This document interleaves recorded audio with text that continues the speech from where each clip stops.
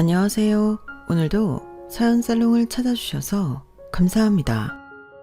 전 사연살롱의 한 애청자예요. 원래 유튜브 같은 걸 그렇게 자주 보는 사람은 아니었는데 우연한 기회에 사연살롱 채널을 접한 이후 많은 사람들의 사연을 들으며 재미도 있었고 위로도 많이 받았어요. 한마디로 카타르시스가 느껴졌죠. 아마 미혼 처녀 시절의 저였으면 별로 흥미를 가지지 못했을지도 모르지만 결혼하고 나서 들으니 너무 공감이 많이 가는 사연도 있었고 동질감도 많이 느꼈어요. 저희 시댁 식구들도 아주 막장인 인간들이었거든요. 물론 처음에는 그런 기색이 전혀 없는 줄로만 알았어요. 저랑 저희 남편이 만나서 연애를 하고 결혼식을 올리기까지 그저 착하고 정 많은 분들인 줄만 알았거든요. 지나고 생각해보니 그 당시엔 어떤 기저현상도 없었다고 생각했던 일들이 조금씩 의심이 되기는 합니다만 당시엔 까맣게 모를 수밖에 없었죠. 저는 미국에서 대학을 나오고 첫 직장도 거기서 가지게 되었는데요. 미국에 살면서 여러 즐거운 일들도 많았고 제 커리어를 생각하면 큰 세상에 눈을 뜨게 되어 좋은 경험이었다고 생각해요. 하지만 모든 일이 그렇듯 미국 생활은 장단점이 분명했는데 은근히 인종차별이 있었다는 거예요. 특히 전 흑인과 아시아인 혼혈인데 때때로는 모멸감을 느낄 정도로 대놓고 인종차별을 당하기도 했었답니다.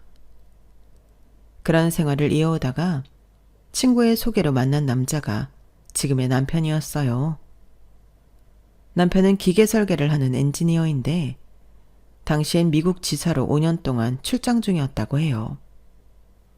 남편과 저는 첫 만남 때부터 서로 강하게 끌렸고 미국에서 3년 동안 연애하며 정말 많이 가까워졌죠.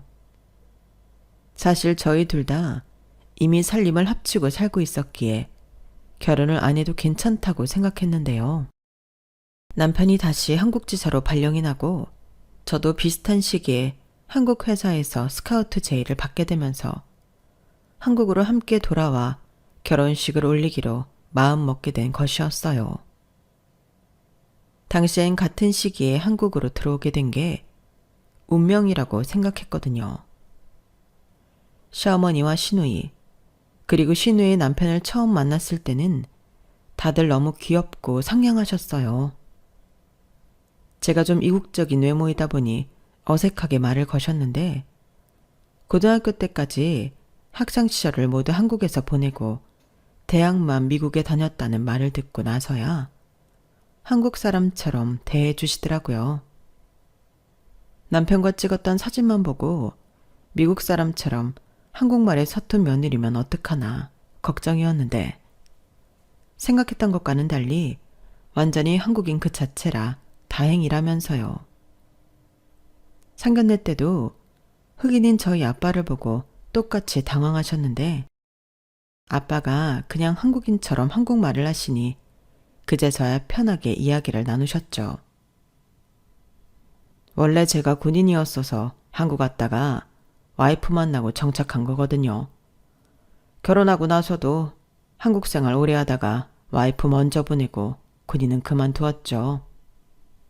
애가 이미 한국어를 더 잘하고 저도 한국 생활에 적응하니 여기가 더 편해서 아예 여기서 사업도 시작하게 되었네요.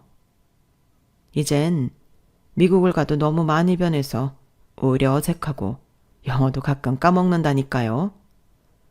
그냥 한국 사람이라고 생각하시면 되세요. 그러게요. 아니 이렇게 눈 감고 말씀하시는 거 듣기만 하면 완전 한국 사람이세요? 깜짝 놀랄 정도로요. 아우 그럼요. 제가 여기서 지낸 세월이 뭐 우리 지우보다 많다니까요. 그래도 지우 혼자 미국에 유학까지 보내시고 하늘에 계신 사부인께서 참 흐뭇해 하시겠어요. 하시는 사업도 잘 되시고 우리 딸 얘기 들어보니까 미국에서 디자인 공부한 여자들 중에서 우리 지우만큼 참하고 예쁘고 성격 좋은 사람이 없다더라고요.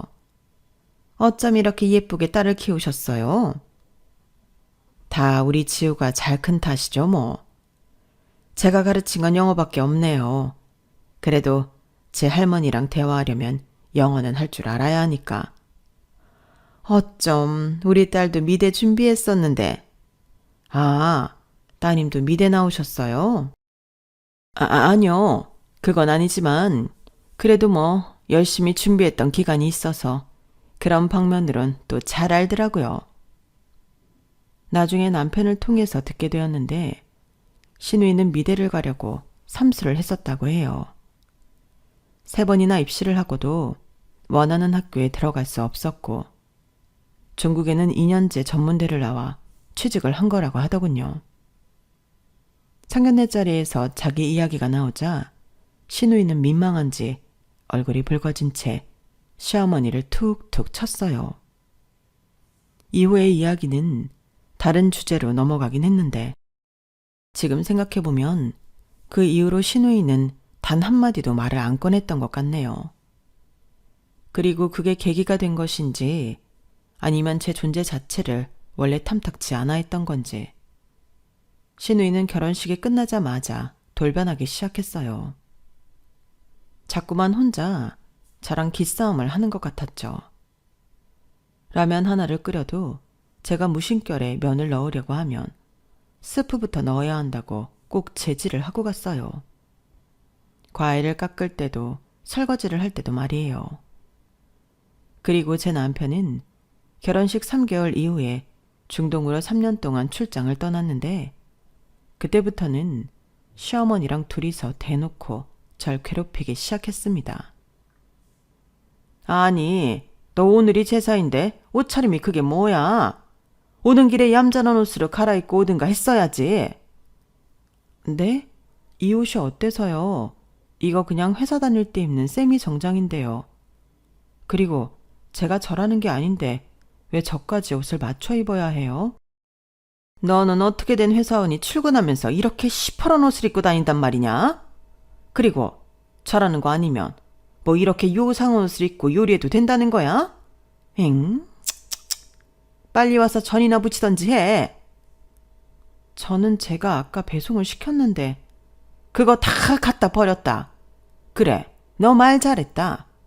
너는 어떻게 조상님 제사 드릴 음식을 배송을 시킬 생각을 한다니? 이런 거 하나하나 정성으로 해야지. 너는 남편을 저 먼 타지로 보내놓고도 간절함이 없어? 돈 벌어서 그딴 데 낭비할 생각하지 말고 조금이라도 더 부지런하게 움직일 생각을 해라. 저는 제가 중고등학교까지 한국에 살아서 스스로를 100% 한국인이라고 생각하고 살았는데 시댁 식구들을 만나고 나서 그게 아니었다는 생각을 처음 했어요. 저는 살면서 단 한 번도 제사라는 걸 들여본 적도 없었고 가족들 사이에서 누가 위고 누가 아래라는 개념 자체가 없었거든요. 집안이 마치 엄격한 회사 같았죠. 퇴근을 해도 새롭게 출근한 것만 같았어요. 시어머니와 시누이는 틈만 나면 절 불러다가 자기네 영업장 일을 시켰고 은근히 절 아무것도 모르는 온실 속 화초 취급을 했습니다. 입만 열면 귀하게 자라서 아무것도 모른다는 소리를 해대면서요. 울게, 수저를 죄다 이렇게 닦아 놓으면 어떡해? 여기 다 물기 자국 들러붙은 거 안 보여? 뜨거운 물 부어서 다시 닦아. 물기 자국 안 남게 닦은 거예요. 여기서 어떻게 더 깨끗하게 닦아요? 이 정도는 손님들도 모르세요. 어디서 꼬박꼬박 말대꾸야. 하여간 세상 물정 모르고 그저 돈 많은 아빠 덕만 볼 줄 아는구만. 요새 손님들이 얼마나 까탈스러운지 몰라? 오만 사진을 다 찍어서 블로그며 어디며 죄다 인터넷에 올려대는데 이런 거 더러우면 손님이 오겠냐고. 그러니까 깨끗하게 닦았잖아요. 다시 닦으라면 다시 닦아. 그리고 집에 들어가기 전에 내일 튀길 고기 미리 다 패고 가. 알겠어? 돈가스 집을 하는 시누이는 사사건건 되도 않는 꼬투리를 잡으며 절 부렸고 저는 시누이 가게가 돌아가는 사정을 속속들이 알 정도로 퇴근만 하면 그 집에 매여 살았어요. 시누이의 돈가스집 아니면 시어머니의 미용실이었죠.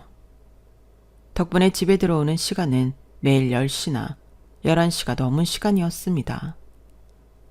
처음엔 저도 좋은 마음으로 일을 도와드리겠다고 시작한 건데 날이 갈수록 절 함부로 대하고 구박만 하니 저도 거절하거나 다른 핑계를 대기도 했어요. 하지만 그러면 둘이서 쌍으로 저에게 득달같이 달려와 뭐가 그렇게 바쁘시냐며 비아냥대고 제 생활을 일일이 감시하려 들었어요. 그리고 그 이후에 일할 때는 구박이 배로 늘었고요. 제가 어디 가서 제 개인적인 얘기를 꺼내지 않는 스타일이라 저는 남들이 시댁 욕을 하고 그럴 때 다 저희 집 같아서 욕하는 줄 알았어요. 그냥 다 그렇게 사나보다 했죠. 그런데 결혼한 지 1년이 지나자 시어머니와 시누이는 상상을 초월할 정도로 비상식적인 얘기를 하는 겁니다. 남편은 해외에 있고 전 개인 시간도 없을 정도로 두 사람한테 시달리면서 사는데 왜 애가 안 생기냐는 거였어요. 그게 대체 무슨 논리예요? 남편이 한국에 있어야 출산을 하든가 하죠. 제가 무슨 성모 마리아예요? 지난달에도 일주일이나 있다가 갔잖아. 우리 민준이가 틈틈이 한국에 오는데 무슨 말을 그따구로 해. 누가 보면 아주 과부인 줄 알겠어. 분기에 일주일씩 있는 상황에서 출산하는 게 더 책임감 있는 거 아니야?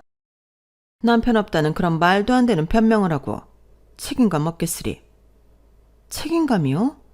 아빠가 없는데 애를 어떻게 키우냐고요. 그리고 남편도 아직 아이 얘기는 꺼내지도 않았어요. 그건 저희가 알아서 할 문제라고요. 들었지 엄마? 요즘 애들은 저렇다니까? 아니다. 미국에 유학 갔다 왔다는 애들이 꼭 저래. 지가 무슨 아메리칸인 줄 알아. 이봐 옳게. 한국 사회에선 결혼하면 당연히 애는 낳는 거야. 알아? 그게 효도야 효도. 여자가 할 일을 안 해놓고 어디서 목소리를 높여? 애 키우는 건 우린데 왜 남의 결정대로 출산을 하냐고요. 그게 말이 돼요? 저희가 의논해 보고 결정할게요. 너 지금 낳아도 노산이야 노산. 어른이 얘기를 하는데 말대꾸를 꼬박꼬박. 넌 어쩜 애가 이렇게 드세니? 두 사람은 상식적인 대화가 통하질 않았죠. 그러더니 자기네들끼리 이상한 결론을 지어버렸어요. 저에게 부모 교육을 시켜주겠다며 신우의 애들을 돌보라고 한 거였죠. 덕분에 저는 꼼짝없이 그나마 남아있던 제 자유시간까지 전부 빼앗기게 되었어요. 신우의 애들은 둘 다 남자아이였는데 큰 애가 7살, 작은 애가 4살이었어요. 저는 그 전까지 사람들이 남자애를 키우는 여자들한테 하는 얘기가 다 편견이라고 생각했거든요. 남자애들을 너무 안 좋게만 얘기하는 거 아닌가 싶었는데 현실은 더하더군요. 아이들은 지치는 법이 없었고 끊임없이 사고를 쳤어요. 그리고 목청은 어찌나 또 큰지 한 번은 아이가 던진 딱딱한 동화책에 눈을 제대로 맞아 안과까지 가야 했어요. 다행히 치료를 끝내고 회복했지만 그 이후로는 제가 따로 시누이 몰래 시터를 고용해 애들을 같이 돌봐야만 했답니다. 결혼 2년차 됐을 때는 진지하게 이혼을 고려하기도 했어요. 남편은 여전히 저에게 너무나 잘해주고 한 번씩 한국에 올 때마다 데이트를 하고 외곽으로 여행도 갔는데 얼마나 재밌게 놀았는지 모릅니다. 남편만 보면 헤어지고 싶지가 않았어요. 저는 남편과 연락을 할 때마다 힘들다는 얘기를 했는데 남편은 시어머니와 시누이가 얼마나 심하게 대하는지 알 턱이 없으니 그냥 절 달래주기만 하더군요. 그리고 이번 출장이 끝나면 이후엔 다시 해외로 나가지 않겠다고 했어요.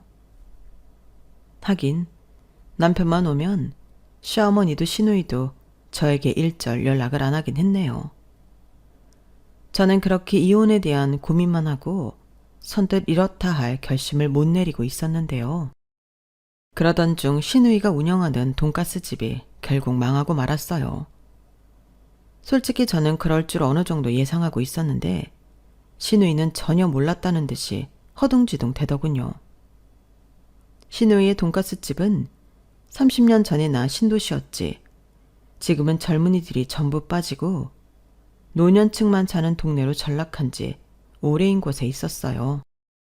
돈가스를 먹으러 올 젊은 사람이 없는데 신우이는 무려 3층짜리 건물을 돈가스 집으로만 운영하고 있었던 거예요. 그게 망하지 않고 백이겠나요? 대체 정신이 어디에 팔렸는지 육아에도 돈가스 집 운영에도 관심이 없던 신우이는 설상가상으로 같이 일하던 매니저에게 제대로 뒤통수까지 맞았죠. 망하기 직전 가게돈을 거의 다 들고 도망갔다고 하더군요. 결국 신우이는 말 그대로 빚더미에 나앉게 되었어요. 그 금액이 자그마치 10억이었죠. 대체 어떻게 하면 그런 금액의 돈이 나오나 싶어 저도 깜짝 놀랐는데 어쨌든 저는 앞으로 돈가스집 일을 안 하게 되었다는 게 좋기만 했죠. 저는 그때까진 그 일이 저랑은 아무런 상관이 없다고만 생각했거든요.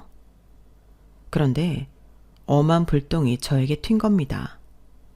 하루는 시어머니와 신우이가 한밤중에 저희 집에 쳐들어와서 저에게 돈을 내놓으라고 강도짓을 하는 거예요. 네? 10억을요? 아니, 제가 왜요? 왜냐니? 넌 가족이 공경에 처했는데 그럼 가만히 지켜만 보고 있겠다는 거야? 너한테 10억쯤은 아무것도 아닐 거 아니니? 아니, 10억이 무슨 똥개 이름도 아니고 저한테 그런 돈이 왜 있겠어요?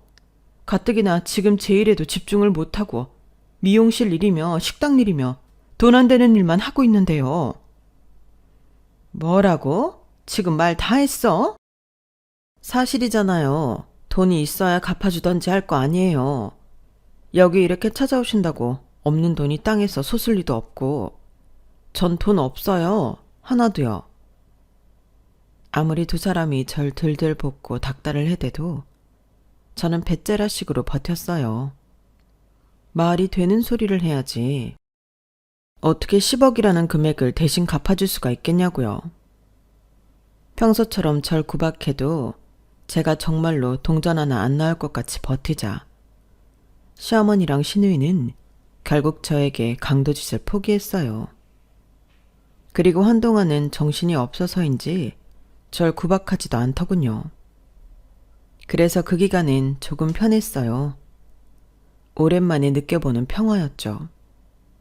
그러나 아쉽게도 얼마 지나지 않아 신우이는 일을 어떻게 해결한 모양인지 다시 전처럼 절 괴롭히기 시작했어요.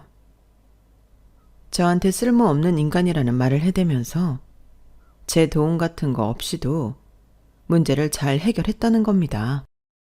자기 문제가 해결됐으면 해결된 거지 왜 절 묘하게 깔보는지. 기분이 나쁘긴 했지만 더 이상 신경 쓰고 싶지도 않고 엮이고 싶지도 않아서 물어보진 않았어요. 그렇게 시간이 지나다 보니 남편이 드디어 출장을 끝내고 한국으로 돌아오는 날이 왔어요. 예정보다 3개월 일찍 들어오게 되었죠. 저는 정말 눈물이 다 날 정도로 기뻤는데요. 시어머니랑 신우이가 남편이 있으면 저한테 더 이상 연락을 안 할 줄 알았거든요.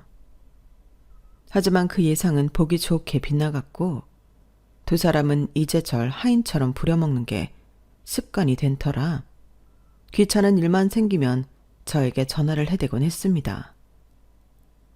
그걸 옆에서 지켜본 남편은 정말 기함을 하듯 놀랐죠. 엄마, 지금 이 시간에 전화해가지고 무슨 소리야? 갑자기 엄마 집으로 오라니. 아니, 엄마가 내일 등산 가기로 해서 그래. 뭐 대단한 것도 아니고 오이, 당근, 유부초밥 정도인데. 내 와이프가 엄마 도시락 싸주는 사람이야? 엄마 간식은 엄마가 챙길 수 있잖아. 등산해봤자 뭘 얼마나 높이 갔다 온다고. 지 와이프라고 감싸고 도는 것 좀 봐라. 그럼 내가 이 나이에 내 손으로 도시락 싸야겠니?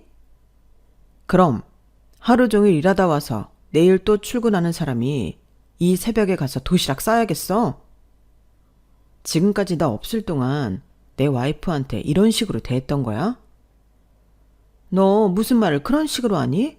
내가 뭘 어쨌다고? 남편의 질책에도 자기는 잘못한 거 하나 없다며 큰 소리를 내던 시어머니는 남편이 시댁의 경제적인 지원을 끊겠다고 말하자 갑자기 태도를 싹 바꿨어요.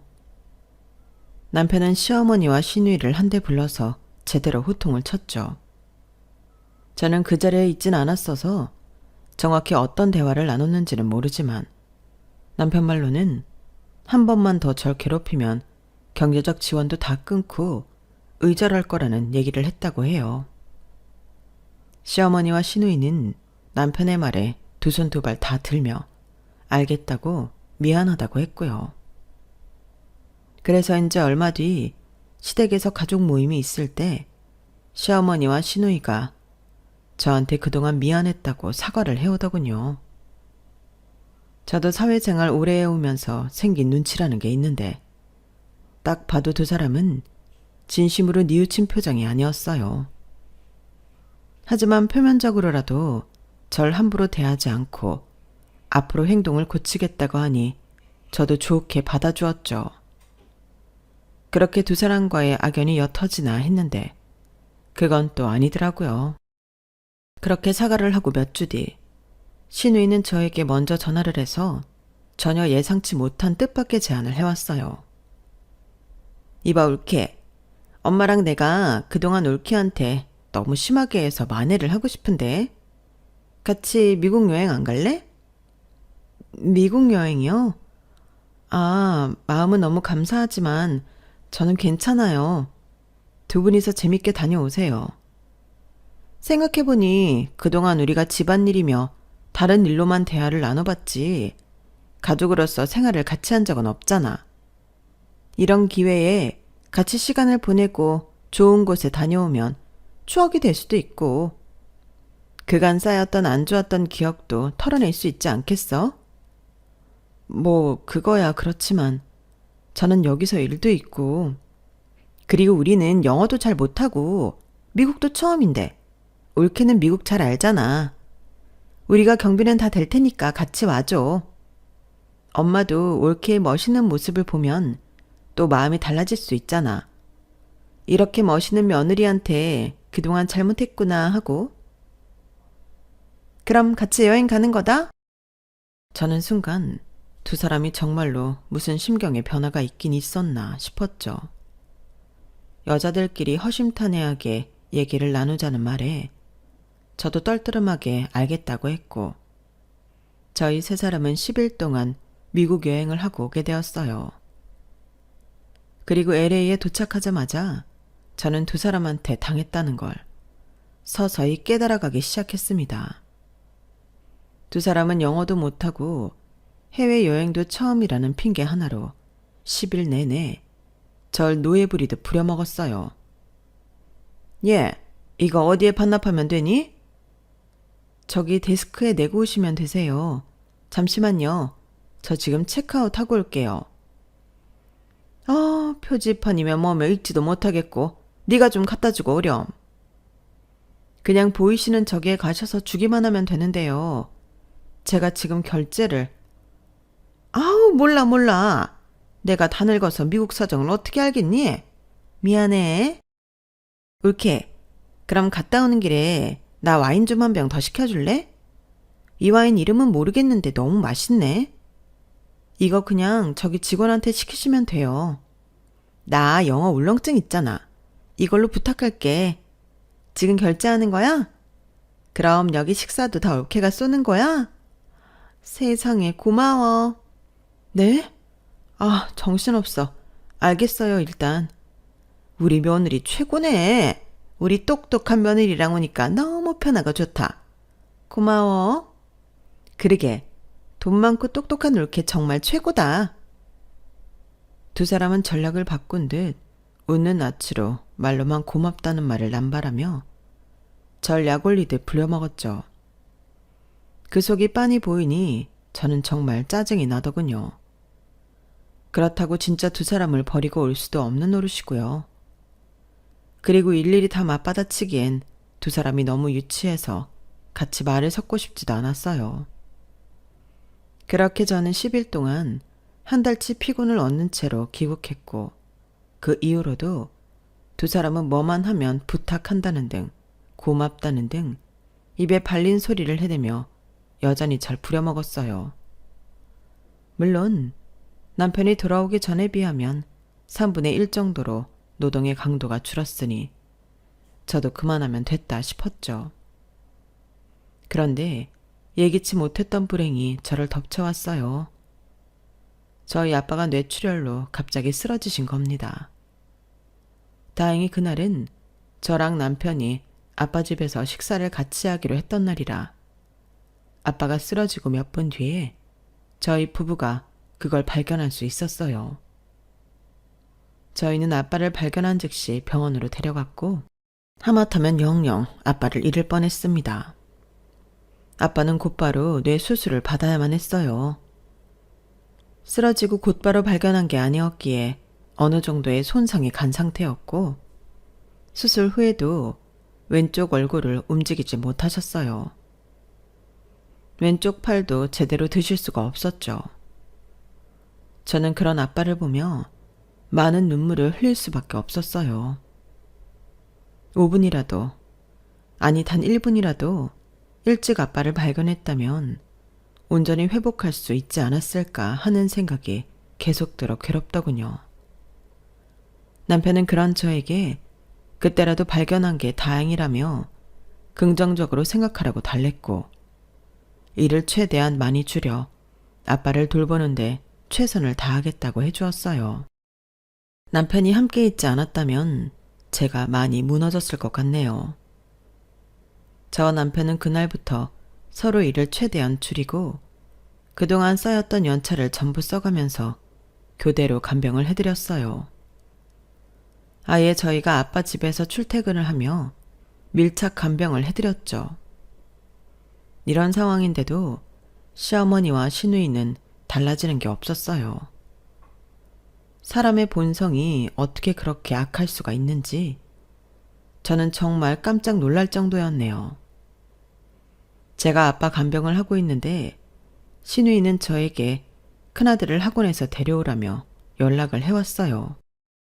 올케, 오늘 우리 라온이 좀 학원에서 데리고 와줘. 고마워. 지금 저희 아빠 간병해드리고 있는 중이라 오늘은 힘들어요. 아니, 당분간은 힘들어요. 아빠 아직 제대로 회복 못하셨다고 말씀드렸잖아요. 그러니까 나도 지금 부탁하잖아. 우리 애 좀 데리고 와달라고. 전 그럴 수가 없는 상황이라니까요. 부탁하신다고 되는 게 아니라 제가 아빠 계속 봐드려야 돼서 안 돼요. 저도 죄송해요. 애 데리고 오는데 뭐 하루 종일 걸려? 반나절 걸리니? 그거 잠깐 자리 비운다고 무슨 일 안 생겨. 이렇게까지 좋게 말했으면 너도 좀 들어 먹어야 할 거 아니야. 소리 지른다고 되는 게 아니라 전 못한다고요. 그거 얼마 걸리지도 않는 거 형님이 하시면 되잖아요. 뭐라고? 야! 대체 일도 없는 양반이 뭐 한다고 맨날 싸돌아다니는지 모르겠지만 그런 상황에서도 저한테 육아를 떠넘기려고 하더군요. 시누이가 소리를 바락바락 지르는 것처럼 저도 화가 머리 끝까지 나서 소리를 질러대고 싶었지만 방 안에 아빠가 계신데 소리를 지를 수는 없어서 최대한 얌전히 전화를 끊어버렸네요. 그 뒤로 전화가 오고 문자가 오는 걸 전부 무시했고요. 사실 시누이가 뭔 짓을 하든 굽혀줄 생각도 없었고 정확히 뭔 지랄을 하던 관심도 없었어요. 저야 저희 아빠의 건강이 최우선이니까요. 그런데 바로 며칠 뒤 이번에는 시어머니한테 연락이 오더군요. 누가 그 엄마의 그 딸 아니랄까봐 시어머니도 일을 시키려는 거였죠. 며느라가 오늘 세잔날인데 안 오고 뭐하니? 빨리 와서 상 차려야지. 오늘이요? 저 근데 저희 아빠 간병 중이라 자리 뜨기 어려워요, 어머님. 당분간은 계속 지켜봐야 해서요. 너 은지한테도 그렇게 뻗댔다더니 나한테도 그러는 거니? 며느리가 돼서 다른 건 몰라도 제사상은 차려야 할 거 아니니? 당장 이리 와서 상 차려. 직계가족도 아닌데 왜 그렇게까지 챙겨야 해요? 다른 때라면 상관없지만 지금은 저희 아빠 간병이 우선이에요. 저희 아빠 수술 받으실 때부터 당분간 다른 일 못한다고 말씀드렸잖아요. 죄송해요. 저 못 가요. 너 지금 어디야? 사돈집에 있는 거 아니야? 너 이딴 식으로 무책임하게 내빼면 내가 못 찾아갈 줄 알아? 우긴다고 되는 게 아니라요. 어머님, 적어도 남편 오기 전에는 저 어디 못 나간다니까요. 너 거기 딱 기다려. 시어머니는 제 말을 귀등으로도 안 듣고 자기 말만 해대면서 전화를 끊어버렸어요. 기세를 보아하니 진짜로 집에 쳐들어올 것 같아서 저는 급하게 남편에게 전화를 걸었죠. 남편은 최대한 빨리 집에 오겠다고 했지만 근처에 사는 시어머니보다 빨리 올 수는 없었어요. 결국 시어머니는 저희 집으로 쳐들어왔어요.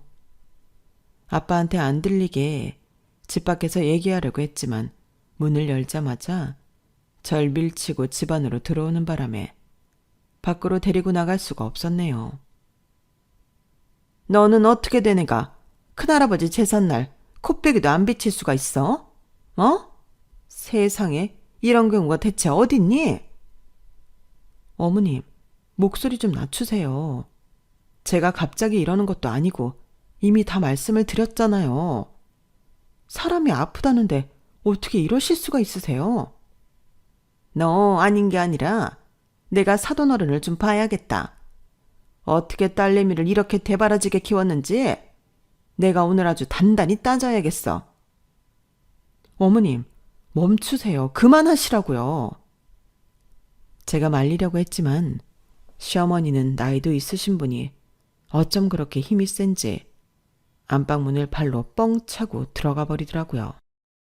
전 시어머니를 붙들고 질질 끌려갔네요. 아빠한테 이런 모습을 보이다니 얼마나 속상했는지 모릅니다. 저도 모르게 눈물이 핑 돌고 그간 서러웠던 게 전부 터지는 것 같았죠. 이보세요, 사돈. 지금 얘가 며느리가 돼가지고 시댁 제사상도 안 차리고 여기 와 있는데 이게 맞는 겁니까? 그만 좀 하시라고요. 어떻게 이렇게 몰상식하고 이기적일 수가 있어요? 지금 누가 이상한 건지 모르겠어요? 아픈 사람한테 이게 대체 무슨 짓이냐고요? 어머, 얘 소리 지르는 것 좀 봐. 너, 내가 그동안 너한테 미안하다고 사과도 하고 말도 좋게 해줬는데 감사하지는 못할 망정 이렇게 기고만장하게 구니? 어떻게 된 버르장머리야? 엄마, 지금 뭐 하는 거야? 얼른 나와.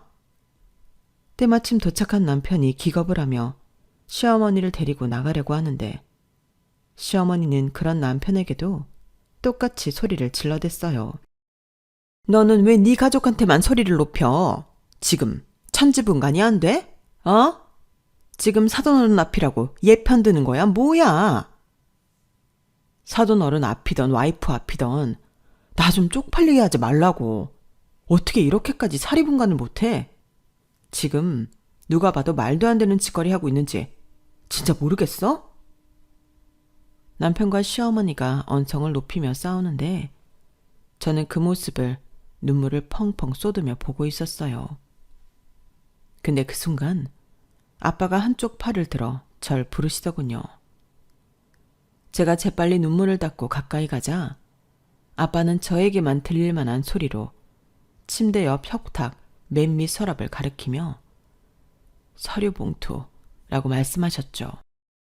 갑자기 이게 무슨 뚱딴지 같은 소리인가 하고 서랍을 열어 서류봉투를 살펴보았는데 저는 순간 머리를 한 대 맞은 것처럼 큰 충격에 빠지고 말았습니다. 소란스럽던 머릿속이 딱 정리되는 것 같았죠. 저는 당장 시어머니 앞으로 가서 서류를 들이밀며 말했어요. 지금 이거 설명할 수 있어요? 10억? 그때 그 10억을 저희 아빠가 갚아주신 거였어요? 거울을 보진 않았지만 그때 제 얼굴은 저승사자 같았을 거예요. 그때 저는 살면서 처음 느껴보는 엄청난 분노가 일어났거든요. 시어머니는 갑자기 꿀먹은 벙어리가 된 듯한 표정으로 한마디도 못하고 입을 다물었고 굉장히 당황한 모습이었습니다. 시어머니도 뭔가 정확히 알지는 못하는 듯 하더군요. 남편은 제 손에서 서류를 낚아채 가서 한참을 믿지 못하겠다는 얼굴로 서류를 뚫어져라 쳐다봤죠. 엄마, 지금 이게 대체 뭐야? 나도 잘은 몰라. 네 누나가 사돈 만나서 해결했다고만 했지. 나한테 미주알 고주알 얘기한 건 아니다. 뭐라고? 저는 예전부터 친하게 지내던 옆집 할머니 할아버지께 잠깐 저희 아빠를 봐달라고 부탁하곤 즉시 서류를 들고 시누이 집으로 향했어요. 시모와 남편도 함께였고 저희 부부는 너무 화가 나 아무것도 들리지도 보이지도 않는 듯 했죠. 늦은 밤 갑자기 저희가 찾아가자 시누이도 놀라고 아주버님도 깜짝 놀란 표정이었죠. 시누이는 저희를 보자마자 짜증부터 부렸는데 제가 눈앞에 서류를 들이밀며 추궁을 하자 얼굴이 새하얗게 질려버리더군요. 그때 가게 다 말아먹고 생긴 빚을 저희 아빠한테 갚게 하셨나 봐요. 자그마치 10억이라는 거금을. 그래놓고 지금까지 1원 한 장도 안 갚으시고 저한테 5만까지 갑질이란 갑질은 다 하셨어요? 애들 육아를 저한테 다 떠넘기고 이 집 집안일까지 그동안 제가 다 해왔어요. 그런 줄도 모르고 저희 아빠가 이 돈을 다 갚아줬는데 어떻게 아빠가 아플 때 간병도 못하게 방해를 하실 수가 있냐고요. 알았으니까 조용히 좀. 어떻게 사람이 이렇게까지 못돼 처먹었어요? 네? 애들이 뭘 보고 배우겠냐고요. 자기 가족한테 돈이나 뜯어내고 갑질이라는 엄마한테. 이 돈 2년 동안 천천히 갚겠다고 써있는데 이미 날짜 다 지났잖아요. 당장 갚아요. 내가 책임지고 1원 한 장 안 빼먹고 다 받아낼 거니까 당장 변제 시작하라고요. 10억? 아니 그게 지금 무슨 소리세요? 가게가 망했다뇨? 누나 돈가스집 망한 거요. 매형 모르셨어요? 재작년에 가게는 망하고 매니저가 돈 들고 튀어서 빚만 10억 생겼었잖아요. 당신이 설명해봐. 지금 이게 다 무슨 소리야? 가게가 망했다고? 그럼 지금은 어디에서 일을 하고 있는 거야? 당신 나한테는 그런 말 하나도 없었잖아. 아니, 그게 여보. 지금은 다른 사업을 구상하려고. 애들 육아랑 집안일을 시켰다는 말은 뭔데? 빚이 10억이나 있으면서 그럼 당신은 그동안 집안에 붙어있지도 않고 어디에서 뭘 하고 있었다는 거야? 지난달엔 직원들 회식시켜줘서 힘들다고 근처 모텔에서 잔다고. 모텔이란 단어가 나오자마자 모든 사람들이 직감적으로 깨달을 수밖에 없었어요. 시누이는 이제 얼굴이 하얗게 질리다 못해 팔다리를 덜덜 떨면서 한마디도 못하고 있었죠. 그리고 아주버님도 본인이 말을 하다가 깨달은 게 있었는지 단박에 시누이의 핸드폰을 뺐고 시누이의 손을 낚아채 잠금 장치를 풀려고 했습니다. 시누이는 발작하듯 하지 말라며 소리를 질러대고 몸부림을 쳤지만 남자인 아주버님의 힘을 이길 수 없었어요. 핸드폰 내역을 훑어보던 아주버님의 얼굴은 점점 분노로 가득 차올랐어요. 굳이 같이 들여다보지 않았어도 내용은 짐작이 갔어요. 그동안 장사는 말아먹고 애들은 내팽개치고 이러고 다녔어? 한두 놈도 아니고 4명이나 만나면서? 당신이 나한테 어떻게 이런 짓을 해? 애 엄마가 다 늙은 인간들 만나면서 돈이나 뜯어내고. 너 같은 여자한테서 애들이 뭐라고 배우겠어? 어? 그동안 나는 하나도 모르고. 아주버님은 충격이 큰지 말을 잇지 못하고 잠시 거친 숨을 몰아쉬었어요. 저는 혹시라도 차용증이 훼손될까봐 얼른 서류 봉투에 다시 넣어서 품에 간직했고 시누이가 버림받는 모습을 지켜보았죠. 당신 같은 여자랑 내일 당장 이혼할 테니까 그런 줄 알아. 알겠어? 뭐? 여보, 내가 잘못했어. 내가 이렇게 빌게. 갑자기 이러는 게 어딨어. 최서방, 최서방. 한 번만 다시 생각하게. 날 봐서라도 한 번만 참고 다시 생각해봐. 애들 아직 10살도 안 됐는데 엄마도 없이 키울 건가? 애들 이미 엄마 없이 크고 있었잖아요. 이미 라온이도 하은이도 저랑 더 친한데요. 넌 입 다물어. 제가 틀린 말 했어요? 그리고 저한테 큰 소리 내시면 안 될 텐데요. 그래, 애들한테 당신 같은 엄마는 필요 없어. 아니, 애들 생각하면 오히려 당신 같은 여자는 멀리해야 돼. 빚이 10억인 것도 모자라 들그니들이랑 불륜을 저지르면서 돈 받아내는 인간은 더더욱 안 돼. 내일 당장 이혼할 테니까 그런 줄 알아. 그리고 나도 당신한테 위자료든 양육비든 1원 한 푼도 빼먹지 않고 최대로 받아낼 테니 그런 줄 알아. 알겠어? 시어머니와 시누이가 아주버님 바짓가랑이를 붙잡으며 울며 불며 싹싹 빌었지만 아주버님은 더 크게 화를 낼 뿐 마음을 바꾸지 않았어요.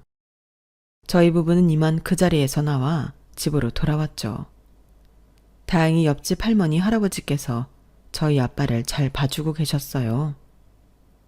할머니께서는 옆집에서 다 들었다고 집안 문제는 잘 해결하고 왔냐며 절 걱정해 주셨어요. 그 말에 저는 또 눈물이 왈칵 쏟아졌네요. 남편은 나중에 건강식품을 챙겨 옆집 분들께 감사하다고 또 한 번 인사를 드렸다고 해요.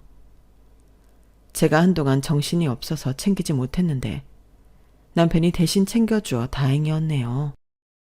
아주버님은 정말로 바로 다음 날부터 이혼 절차를 착실하게 밟아 나가기 시작했고 시누이는 유책 배우자로 위자료는 위자료대로 부과되고 양육권까지 전부 빼앗기게 되었어요. 결국 시누이에게 지워진 빚은 더 커져만 갔죠. 그리고 저 역시 변호사를 선임해 시누이한테 제대로 추심을 하기 시작했습니다. 시어머니가 의외로 집을 팔아 시누이의 빚을 반 이상 갚긴 하더군요. 하지만 여전히 갚아야 하는 빚은 많기만 했고 시누이는 밤낮 평일 주말 가릴 거 없이 닥치는 대로 일을 하고 있다고 해요. 시어머니와 시누이는 조그만 월세방 하나를 얻어 둘이 함께 지내고 있다고 합니다. 남편이 시댁에 들어가는 모든 경제적인 지원을 끊어버리고 연을 끝내버리니 두 사람은 말 그대로 길거리에 나앉기 직전에 위태로운 상황이 되어버린 것이죠. 그런 근황을 들어도 하나도 불쌍하진 않았네요. 다 자기들이 저지른 죗값을 돌려받는 거니까요. 그러게 자기 주제에 맞게 성실하고 선하게 살았으면 그런 고생을 안 했을 텐데 참 악하고 어리석은 인간들인 것 같습니다. 그 난리가 있은 지 벌써 1년 반이 되었네요. 저희 아빠는 지금은 몸을 많이 회복하셔서 예전처럼 혼자 잘 움직이고 계세요. 나중에 말씀을 편하게 할 수 있을 정도로 회복하고 나서야 아빠의 얘기를 들을 수 있었는데 아빠는 제가 간병을 하고 있을 때 시누이랑 시어머니랑 통화하는 걸 전부 듣고 계셨대요. 상견례 때 일만 기억하고 있던 아빠는 그날의 기억이 너무 좋았어서 당연히 좋은 마음으로 큰돈을 빌려준 건데 나중에서야 제가 무슨 취급을 당하는지 알고서 엄청나게 화가 났다고 하셨죠. 몸이 마음처럼 움직이지 않아 표현을 못하셔서 너무나 답답했는데 저와 남편 그리고 아주버님이 두 사람을 제대로 응징하는 것을 보고서야 마음이 조금 풀어지셨다고 하더군요. 저희 부부는 혹시 모를 사고를 대비하기 위해서 저희 집으로 아빠를 모시고 살게 되었어요. 시도 때도 없이 일을 시키고 구박하는 시어머니와 시누이가 사라져서인지 저희 부부는 그 사건이 마무리되자마자 딸을 가지게 되었어요. 그리고 얼마 전 출산을 해서 아이를 돌보며 지내고 있고요. 아빠는 저희 딸이 태어난 이후로 훨씬 안색도 좋아지시고 건강해지신 것 같습니다. 앞으로도 지금처럼만 평화롭고 행복한 나날들이 이어졌으면 좋겠네요. 제 이야기는 여기까지랍니다. 여러분들도 항상 행복하시기를 바랍니다. 여러분, 사연 댓글에 응원과 현명한 조언 부탁드려요. 좋아요와 구독은 저에게 큰 힘이 됩니다. 오늘도 좋은 일 가득하세요.